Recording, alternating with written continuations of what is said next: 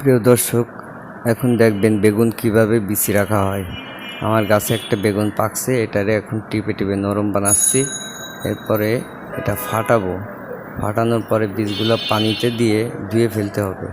ধুয়ে শুকাইতে দিলে মনে করেন বেগুনের বিচি অনেক 1 বছর মিনিমাম সংরক্ষণ করা যাবে, 2 বছরও সংরক্ষণ করা যাবে। দেখেন কত বিচি, দেখছেন আমার হাতের উপর ডালতেছি, দেখেন কত বিচিগুলো কিন্তু চারা গজায় গেছে, এর ভিতরেই চারা জ্বালাইছে। যেগুলো চারা হয় নাই সেগুলোই আমার হাতের ভিতরে পড়েছে, আর যেগুলো চারা হয়ে গেছে সেগুলো দেখেন ওর ভিতরেই বাইরে রয়েছে। আমি দেখাবো একটু পরে, আপনারা খেয়াল করেন ক্যামেরার দিকে। চ্যানেলটা সাবস্ক্রাইব করবেন, বেশি বেশি লাইক কমেন্ট শেয়ার করবেন। আগামীর প্রসেসটা আপনাদেরকে শিখিয়ে দেব। এই দেখেন সব বিচিতে চারা জ্বালাই গেছে, দেখছেন? এগুলো এখন দিলেই চারা হয়ে যাবে, এভাবে দিলেই চারা হয়ে যাবে।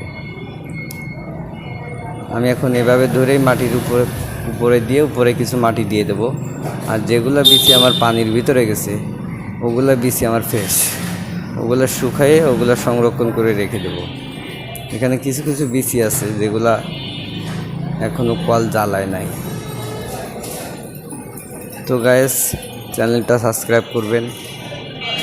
বেশি লম্বা হয়ে যাচ্ছে, ভালো থাকেন, আল্লাহ হাফেজ।